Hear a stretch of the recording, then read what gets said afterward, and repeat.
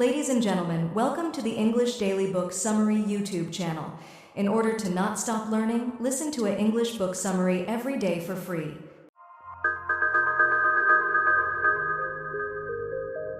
Martin Heidegger, Being and Time, an Exploration of Existentialism. Have you ever wondered about the nature of your existence? This fundamental curiosity about your place in the world connects directly to the work of German philosopher Martin Heidegger, one of the most influential and controversial philosophers of the 20th century. Born in 1889, Heidegger developed ideas that would transform philosophical thinking. His masterwork, Being and Time, was published in 1927. It sought to examine something ubiquitous, yet profoundly complex: the meaning of being itself. Rather than focusing on specific entities or objects, Heidegger wanted to understand what it means for anything to exist at all. This may sound abstract, but his insights relate to your everyday life. When you wake up each morning, you're not a mind separated from the world. Instead, you're immediately engaged with your surroundings, reaching for your phone, planning your day, interacting with others. This practical engagement with the world forms the heart of Heidegger's thinking.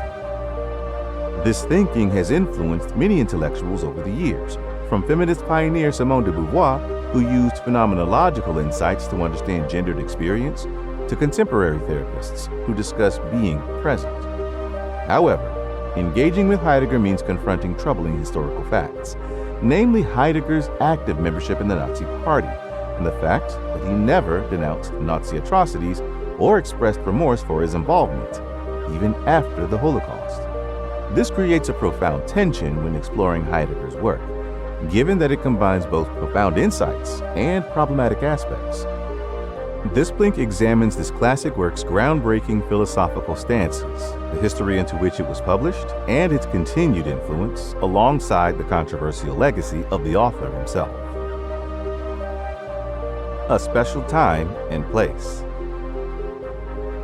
Heidegger's ideas around being and our experience of time were developed during the tumultuous Weimar Republic years, a period of extraordinary cultural and social upheaval in Germany.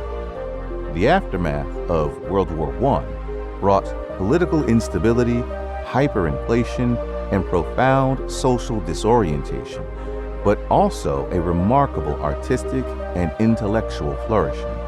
The Bauhaus movement revolutionized design. Physicists like Albert Einstein and Werner Heisenberg transformed our understanding of reality, and philosophers grappled with modernity's discontents. In this charged atmosphere, Heidegger dramatically broke with his mentor, Edmund Husserl. Husserl had established phenomenology as a rigorous method for examining consciousness, focusing on how the mind constitutes objects through intentional acts. He sought to create a pure philosophy built on examining the structures of consciousness itself. Heidegger rejected this approach because it separated the mind from the world. While Husserl examined how consciousness perceives objects, Heidegger insisted this missed something more fundamental: our practical, everyday immersion in a world of meaning that precedes any theoretical reflection. This wasn't merely an academic disagreement, but reflected deeper cultural tensions about technology, tradition, and modernity that divided German intellectual life. Imagine using a doorknob. You don't first observe it as an object with certain properties, you simply grasp it and open the door, right? Only when something breaks or functions improperly do you step back and analyze it as a separate object. This pre-theoretical understanding of the world forms the foundation of Heidegger's approach. Heidegger's work emerged during an intellectual period marked by increasing specialization in the sciences and growing debates about modernity itself. While the Vienna Circle philosophers championed logical positivism and scientific progress, the Frankfurt School theorists developed critical theory to analyze mass culture and instrumental reason. Amid these competing intellectual currents, Heidegger carved out a distinctive position. Unlike his contemporaries Ernst Cassirer and Karl Jaspers, who sought to reconcile Enlightenment rationality with broader cultural values, Heidegger developed a more radical critique. He cautioned that modern approaches to knowledge, exemplified by the rapid industrialization transforming 1920s Germany, risked reducing everything, including humans, to resources for manipulation and control. This perspective resonated with broader cultural anxieties in Weimar society about technology's dehumanizing potential, themes also explored in Fritz Lang's 1927 film, Metropolis. The significance of Heidegger's work extends far beyond philosophy departments. His ideas influenced fields ranging from psychology and architecture to environmental ethics and artificial intelligence. By focusing on how humans create meaning through engagement with the world, he provided tools for understanding modern life's complexities. On being, or Dasein. At the heart of Heidegger's philosophy lies the concept of Dasein, a German term that means being there or existence.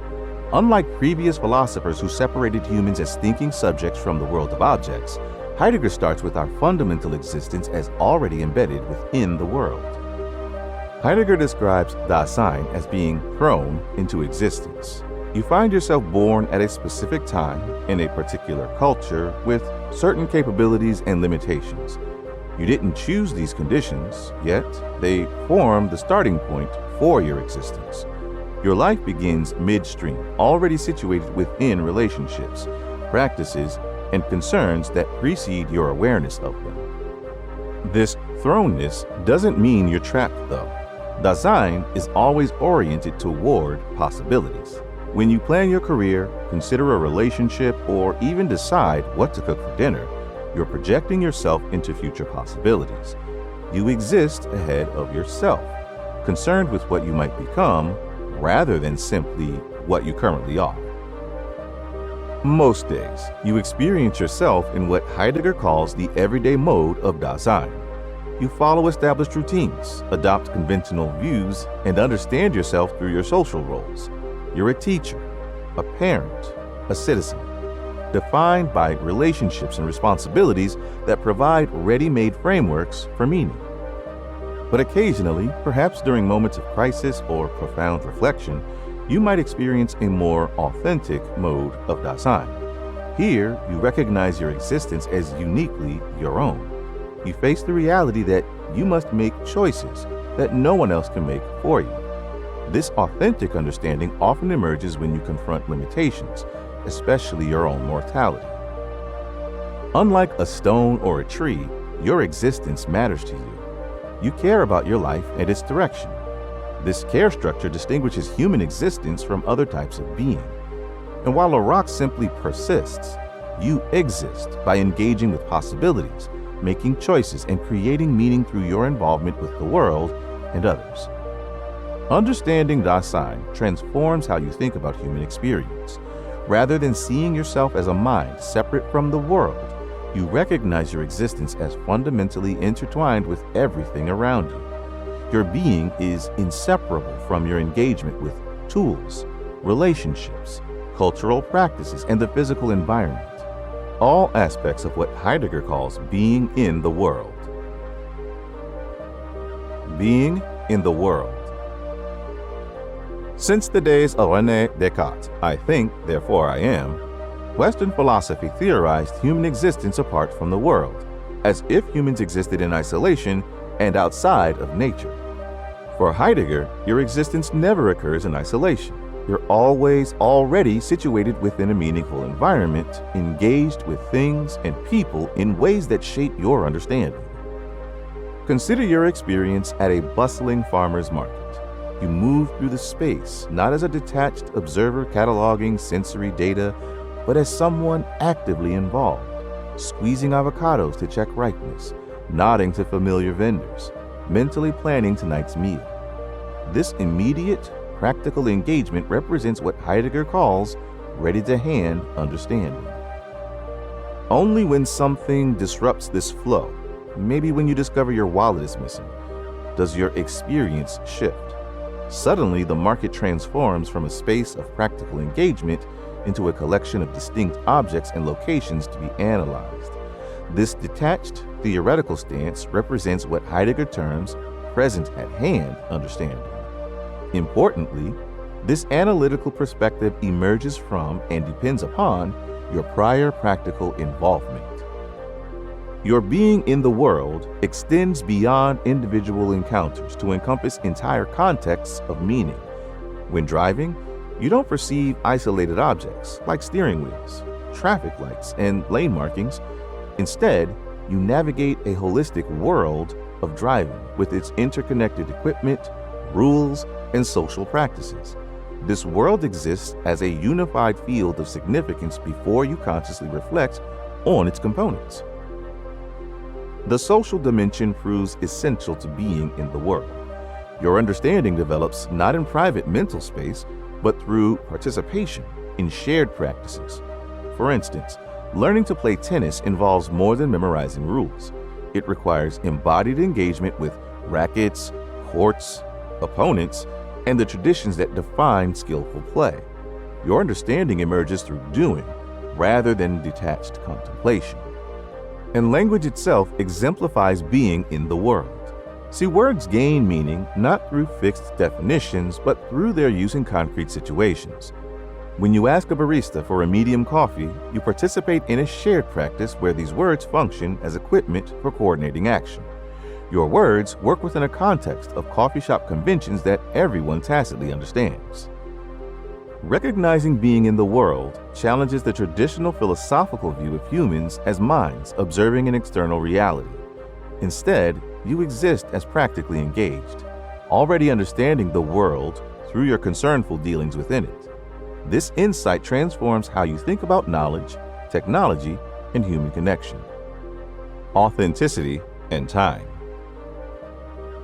Human existence unfolds within time, but not the clock time of minutes and hours. Your life happens as a dynamic, stretching from birth toward death, with your past informing your present as you project yourself into future possibilities. This temporal structure fundamentally shapes what it means to exist as Dasein. When stuck in traffic during your evening commute, you might check your watch, calculating the minutes until your arrival home. But beneath this ordinary understanding of time, you're experiencing something more profound. Your frustration stems from projects left unfinished, dinner getting cold, and commitments to your loved ones getting delayed. This web of concerns, linking past promises, present circumstances, and future intentions, reveals time as the horizon of your existence. Most days, you live what Heidegger calls an inauthentic existence. This doesn't mean you're being fake or insincere. Rather, you're absorbed in everyday concerns, following established patterns and understanding yourself through conventional roles. When chatting with colleagues about popular shows or worrying about neighborhood property values, you interpret your existence through socially approved frameworks. This inauthentic mode provides stability and comfort, but certain experiences, from receiving unexpected health news or witnessing a natural disaster, can trigger profound anxiety. And unlike ordinary fear, which focuses on specific threats, this anxiety reveals something about existence itself. The familiar frameworks that normally provide security suddenly feel hollow, exposing the ultimate groundlessness of human existence. In these unsettling moments, you glimpse the possibility of authentic existence. Authenticity means acknowledging that your life is uniquely yours to live, with choices that no one else can make for you. Like when you're standing at a career crossroads, realizing that despite advice from family and friends, only you can determine your path forward. This recognition can be both liberating and terrifying. Central to authentic existence is confronting your own mortality. Being toward death doesn't mean morbid preoccupation with dying, but rather recognizing that death represents your ultimate limitation, the possibility of having no more possibilities. When you acknowledge that you are finite, everyday concerns shift perspective. The promotion that seemed all important might matter less than relationships or creative pursuits you've neglected. Authenticity isn't a permanent achievement, but a possibility you must continually reclaim. Even the most self-aware person moves between authentic and inauthentic modes. The business executive making bold decisions aligned with personal values might later mindlessly scroll social media, temporarily losing themselves in collective distractions. Understanding temporality and authenticity transforms how you experience your life's narrative. Rather than seeing yourself as moving along a fixed timeline of sequential events, you recognize existence as an ongoing process of interpreting your past, engaging your present, and projecting meaningful possibilities into your future. Technology, modern life, and Heidegger's legacy. One of Heidegger's most enduring insights concerns technology and its impact on human existence. Unlike many philosophers, Heidegger didn't view technology merely as neutral tools. Instead, he saw modern technology as a particular way of revealing the world and ourselves. When you interact with your smartphone, you're not simply using a device. You're participating in what Heidegger calls a technological inframing that transforms everything, including yourself, into resources to be optimized. Now, notice how social media platforms turn your attention into a measurable commodity, how fitness apps reduce your body to quantifiable metrics, how dating profiles convert human connection into efficient transactions. This standing reserve perspective increasingly dominates modern life, where even forests become timber supplies, and even your leisure time becomes productivity to be maximized. The danger, according to Heidegger, isn't technology itself, but how it narrows our understanding of being. When efficiency and utility become the primary lens through which you understand existence, other ways of relating to the world gradually disappear, like connecting through art, contemplation, or reverence. The poetry of a forest gives way to calculating board feet of lumber. The mystery of human consciousness becomes a mere computational processing to be replicated. Yet, Heidegger suggests that within this danger also lies potential salvation. By recognizing how technology frames your experience, you create space for alternative ways of encountering the world. This might happen when you put away devices to experience unmediated connection with nature, engage in creative work without concern for productivity, or participate in cultural rituals that reveal meaning beyond utility. Heidegger's philosophical insights have influenced thinkers far beyond philosophy departments. When contemporary environmentalists argue for seeing nature as more than resources, when psychologists emphasize mindful presence over constant productivity, when architects design spaces that enhance human experience rather than maximize efficiency, they're all drawing on Heideggerian themes. His concepts provide tools for navigating tensions between technological advancement and maintaining meaningful human existence. Engaging with Heidegger's philosophy requires acknowledging its complicated context. His joining the Nazi Party in 1933 and subsequent failure to denounce its atrocities after the war create profound tensions for readers. Jewish philosophers like Hannah Arendt and Emmanuel Levinas nevertheless engaged critically with his thought while developing their own ethical frameworks in response to totalitarianism. The most productive approach involves neither wholesale acceptance nor rejection. Instead, you might engage Heidegger's insights critically, recognizing both their profound value and their limitations. When he illuminates how technology shapes your experience, you can appreciate this insight while remaining alert to the political context of his critique. The enduring significance of Heidegger's philosophy lies in revealing aspects of human experience often obscured by conventional thinking. By questioning fundamental assumptions about existence, knowledge, and meaning, he provides valuable perspectives for addressing contemporary challenges, from digital technology's impact on attention to environmental crises that need humanity to alter its relationship with the planet.